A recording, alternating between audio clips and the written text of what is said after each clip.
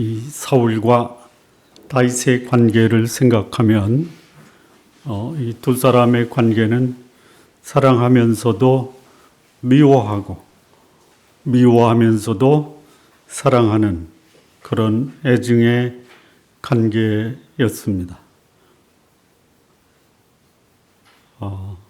사랑만 하면서 살 수 있다면 참 우리의 삶이 더 이상 바랄 것이 없겠다라는 생각이 듭니다. 사랑하면서 살아야 되는데 미워하지 않을 수 없는 관계도 있죠.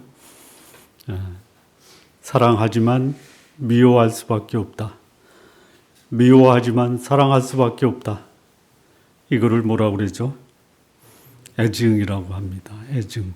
그래서 제가 사랑하면서도 미워하는 우리의 인생을 글로 한번 좀 써봤습니다. 이건 남의 글이 아니라 제 글입니다. 미워하는 만큼 사랑하는 마음도 지울 수 없다. 떨쳐버리고 싶은 마음은 있어도 간직하고 싶은 마음도 내 안에 깊이 자리 잡고 있다. 버리고자 하면 파고드는 미련과 집착으로 인해 떠나려고 몸부림쳐도 또렷하게 내 마음을 맴돌고 있다. 마음속에 남겨진 아픈 기억은 마음을 도려내는 삭풍과도 같다. 떠나고 나면 사라지겠지 하지만 어느새 다시 돌아와 아련한 추억 속에 그 증오했던 사람이 마음 한편에 미소를 짓게 한다.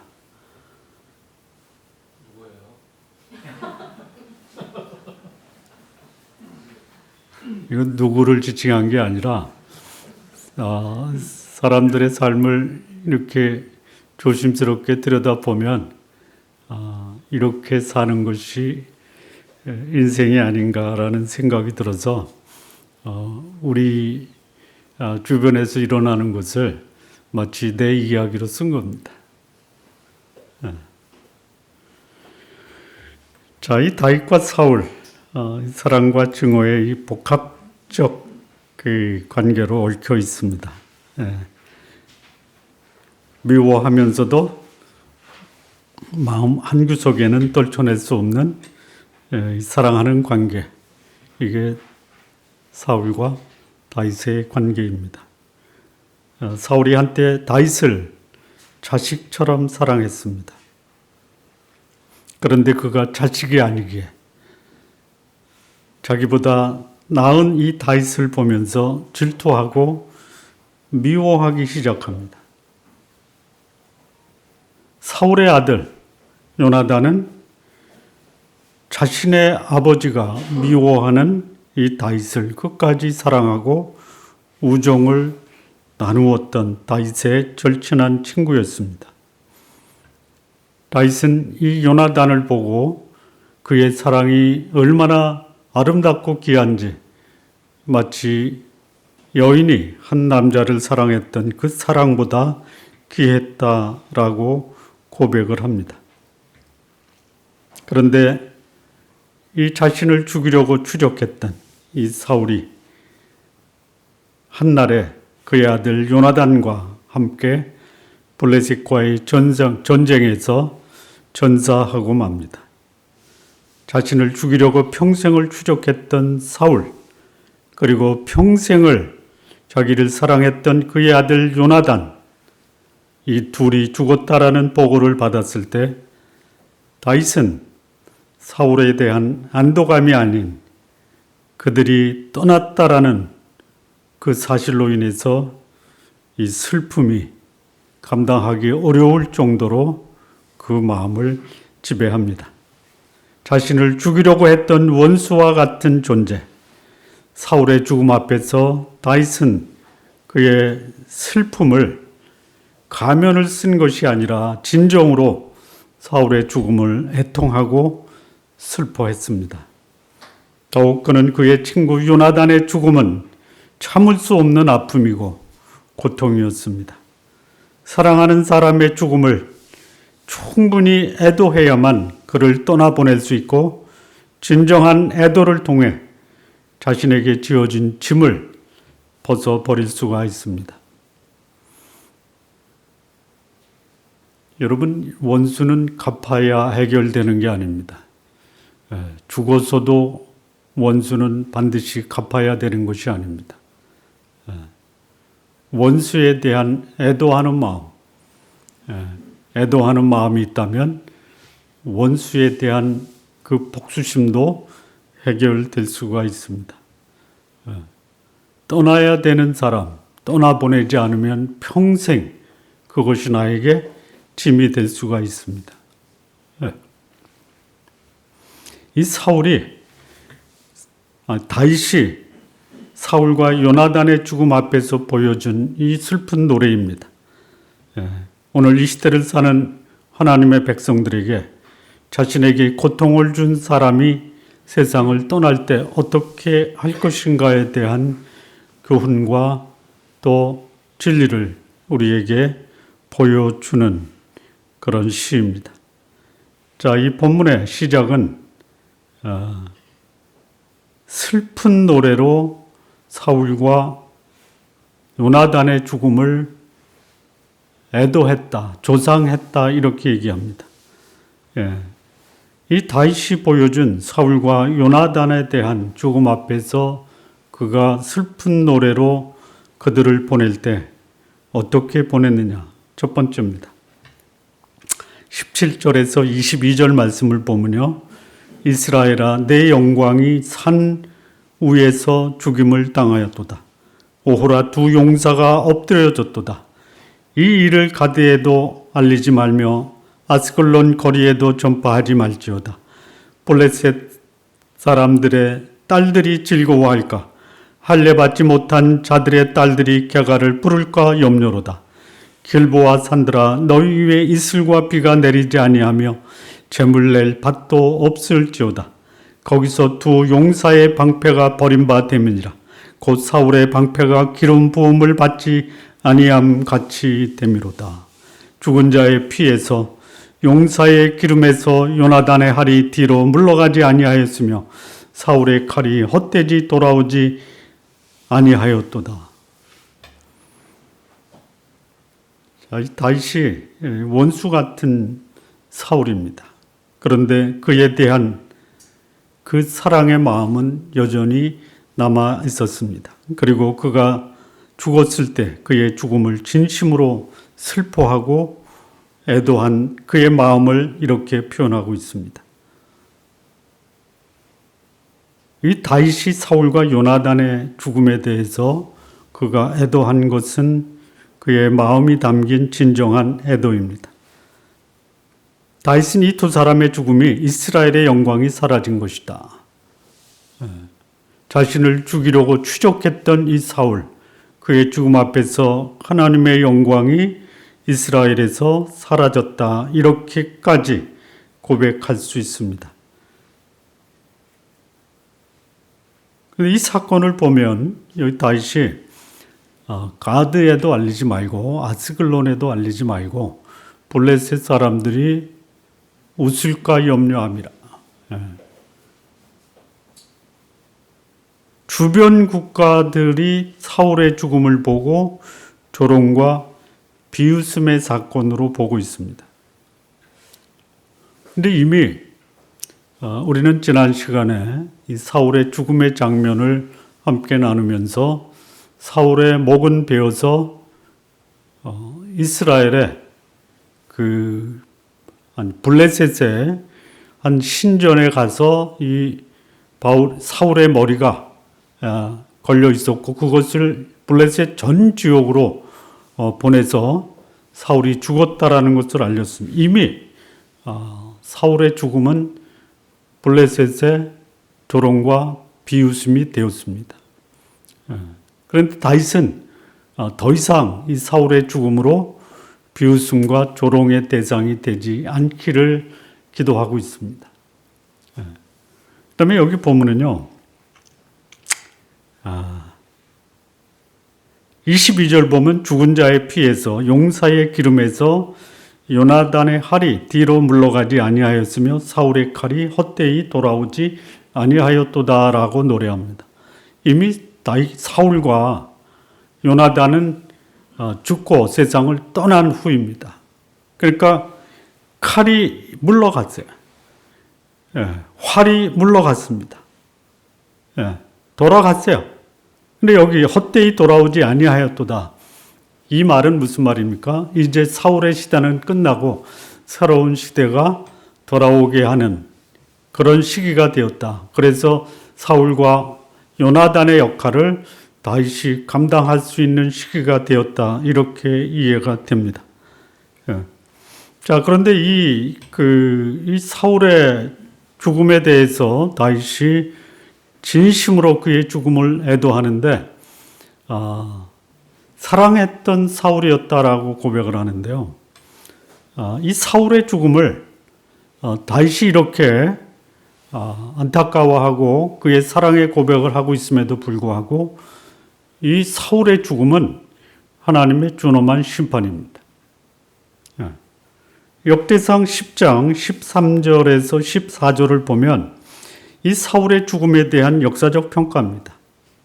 애도나 슬픔보다는 심판의 의미가 있었다라고 성경은 말하고 있는데요. 이 본문을 보면 역대상 10장 13절 14절입니다. 사울이 죽은 것은 여호와께 범죄하였기 때문이라.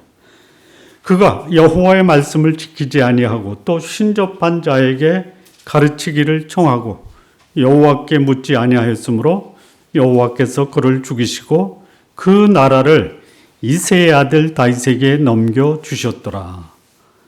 이게 성경의 사울의 죽음에 대한 평가입니다. 근데 그럼에도 불구하고 다윗은 과거에 요나단 그의 활로, 사울은 칼로 이스라엘을 구원하였으며 그 활과 칼의 위력은 여전히 이스라엘에 남아있다라는 것을 상기하고 있습니다. 그리고 그들의 죽음을 진심으로 애도합니다. 사울은 죽을 때까지 다윗을 원수처럼 죽이려고 했고 최고의 권력자였습니다. 그럼에도 불구하고 다윗은 사울과 요나단의 죽음에 대해서 처절하게 그들의 죽음을 애도하고 있다라는 것이, 이 다윗과 사울의 관계가 원수 관계에서 개인적인 이 원한으로 이 사울의 죽음을 얼마든지 통쾌하게 생각할 수 있어요. 아마 이게 인간들의 모든 공통적 마음의 상태일 겁니다.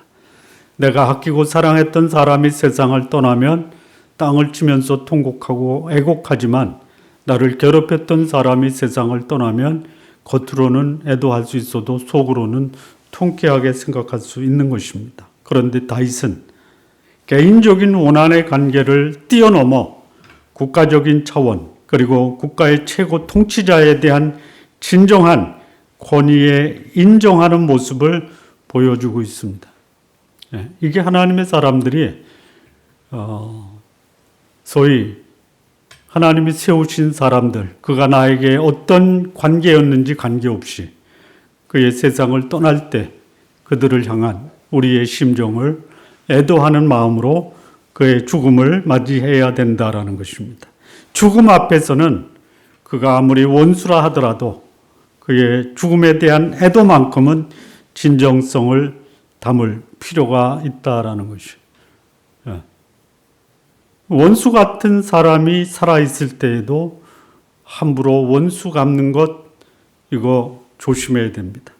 죽은 후에도 진정으로 원수 같은 사람의 죽음을 애도하는 것이 하나님 마음에 합한 사람이다 라는 것을 다윗에게서 배우게 됩니다.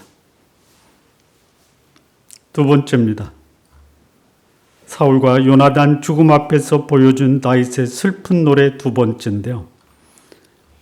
슬프면서도 우리에게 감동적인 교훈을 줍니다. 23절에서 25절입니다.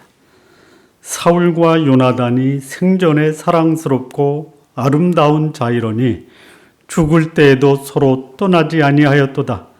그들은 독수리보다 빠르고 사자보다 강하였도다. 이스라엘 딸들아, 사울을 슬퍼하며 울지어다. 그가 붉은 옷으로 너희에게 화려하게 입혔고 금 놀이개를 너희 옷에 채웠도다. 오호라, 두 용사가 전쟁 중에 엎드려졌도다. 요나단이 내 산 위에서 죽임을 당하였도다.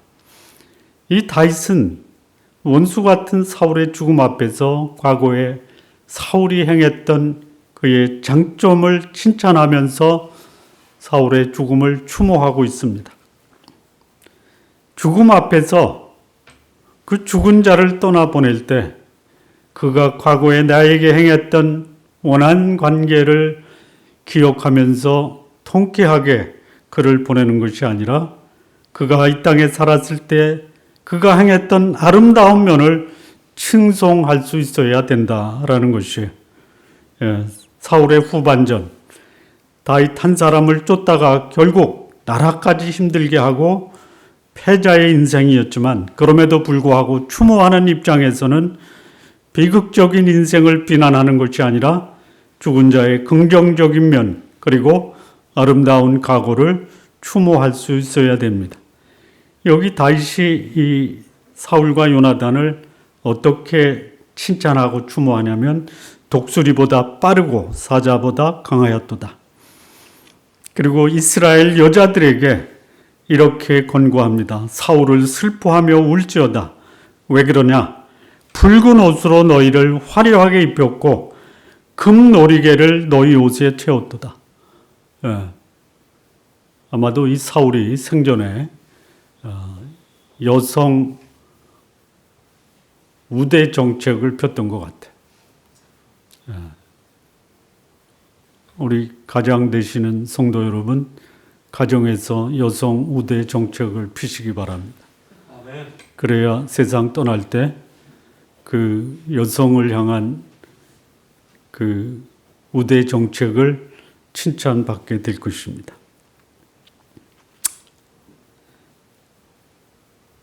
비록 전쟁 중에 사울과 요나단이 죽었지만 그들은 용사였습니다. 그리고 국가를 위해 장렬히 전사한 애국자였다라고 다윗이 애도하고 있습니다.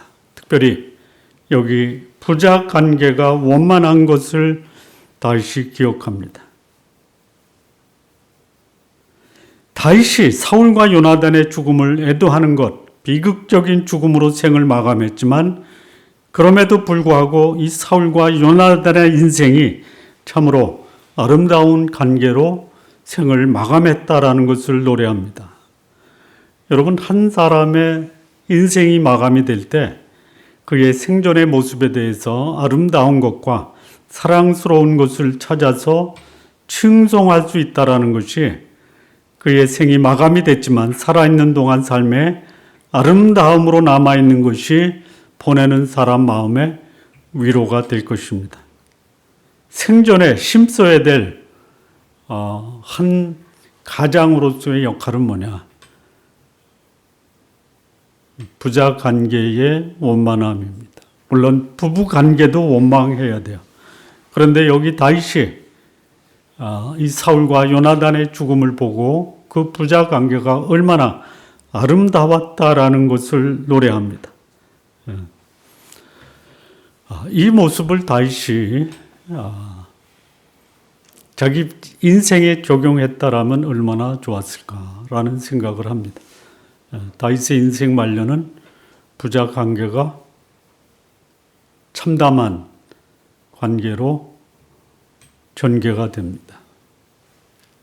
가정 내에서 살인, 성폭행, 반역, 그리고 불륜 관계로 결혼한 여인의 아들을 왕위에 세우는 인간적인 관점에서 보면 어찌 저럴 수 있느냐라는 참담한 모습이 다윗의 말년입니다.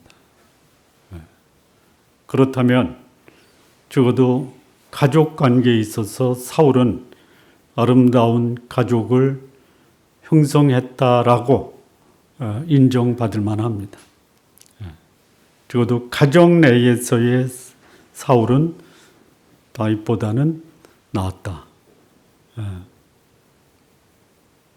다윗이 자신의 말년을 예상하고 이런 노래를 한 것은 아니지만 이런 노래를 한 것을 자신의 삶에 적용했더라면 얼마나 좋았을까라는 생각이 듭니다. 그래서 다윗의 말년 자식들로 인해서 심한 마음고생을 하고 또 그렇게 마지막 인생의 자식으로 인해서 도망자가 되었던 이 안타까운 시절이 다윗의 인생에 대해서 우리 마음속에 씁쓸한 생각을 하게 합니다. 부모와 자녀 사이가 건강하고 아름다울 수 있다면 그의 인생은 그나마 아름다웠다라고 평가할 수가 있습니다. 자, 세 번째입니다. 다윗이 사울과 요나단의 죽음 앞에서 슬픈 노래로 애도한 세 번째 모습은 26절과 27절 말씀입니다. 내 형 요나단이여, 내가 그대를 애통함은 그대는 내게 심히 아름다움이라. 그대가 나를 사랑함이 기이하여 여인의 사랑보다 더하였도다. 오호라, 두 용사가 엎드려졌으며 싸우는 무기가 망하였도다 하였더라. 이 다윗의 사울과 요나단에 대한 슬픈 노래는 세 번째, 요나단과의 깊은 우정과 사랑을 회상하며 요나단을 마음으로 간직하고 떠나보냅니다.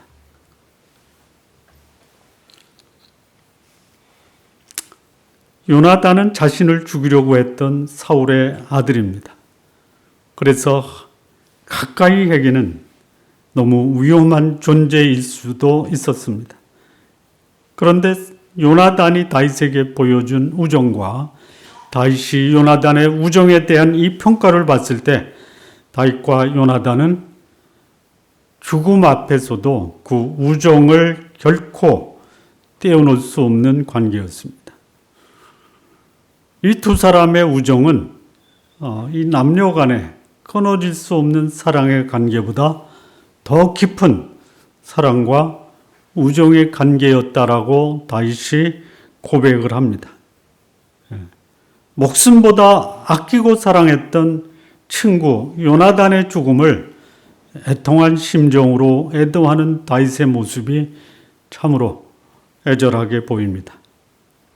우리 성도 여러분, 내가 죽을 때 누군가가 나의 죽음을 이렇게 애도할 수 있다면 떠나서도 내 삶이 참 그래도 보람 있는 삶이었다라고 평가할 수 있죠. 어느 분이 성공적인 인생을 이렇게 묘사했습니다. 내가 이 땅에 태어나 한 사람만이라도 나의 삶이 나를 만나기 전보다 만난 후에 행복했다라고 고백하는 사람 한 사람만 있다면 그 사람의 인생은 성공했다. 랄프 에머슨이라는 사람이 말했습니다. 여러분, 삶이 이 세상에서 끝나면 끝나는 게 아니죠. 영혼으로 들어가는 거죠. 근데 영혼으로 들어갈 때 내가 지상에 사는 동안 알았던 한 사람이 나의 죽음을 애도하면서 나를 향해서 그대가 나를 향한 사랑이 여인의 사랑보다 더하였다라고 나의 죽음을 애도하는 것을 내가 영혼의 세상에 들어가면서 들었다면 떠나면서 어떤 생각이 들까요? 그래도 나 살아있는 동안 내 인생 제대로 살았구나 하고 가벼운 마음으로 영혼 세계에 들어가겠죠. 우리 성도님들 떠나서 들으시는 것도 귀한 일인데요. 떠나기 전이라도 내 주변에 나를 알고 있는 사람, 나의 가족이 될 수 있고 또 나의 친구가 될 수 있고 또 나와 함께 직장생활한 동료도 될 수 있고, 한번 요즘은 환갑잔치 안 하죠. 칠순잔치 때는 한번 하십시오. 여러분, 저도 환갑잔치 안 했는데 칠순 때 여러분들이 칠순잔치 해주시고 거기서 덕담을 좀 한마디씩 해주십시오. 어떻게 저를 평가할 것이냐. 그 덕담을 보면 내가 70평생 어떻게 살아있다라는 것을 내 스스로가 성찰할 수 있는 좋은 기회가 됩니다. 우리 성도님들도 좀 하십시오. 70평생을 살고 내 70평생 산 것을 축하하고 기념할 때 하객들이 나에게 내 70평생의 삶을 어떻게 평가할 것이냐. 우리 성도님들 이런 평을 받으시기 바랍니다. 우리 그때는 이제 안규용 집사님이 장로님이 되시겠죠.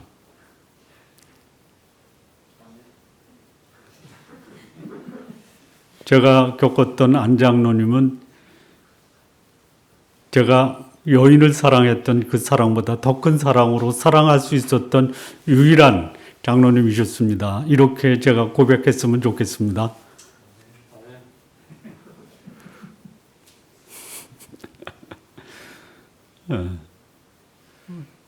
예를 든 거예요.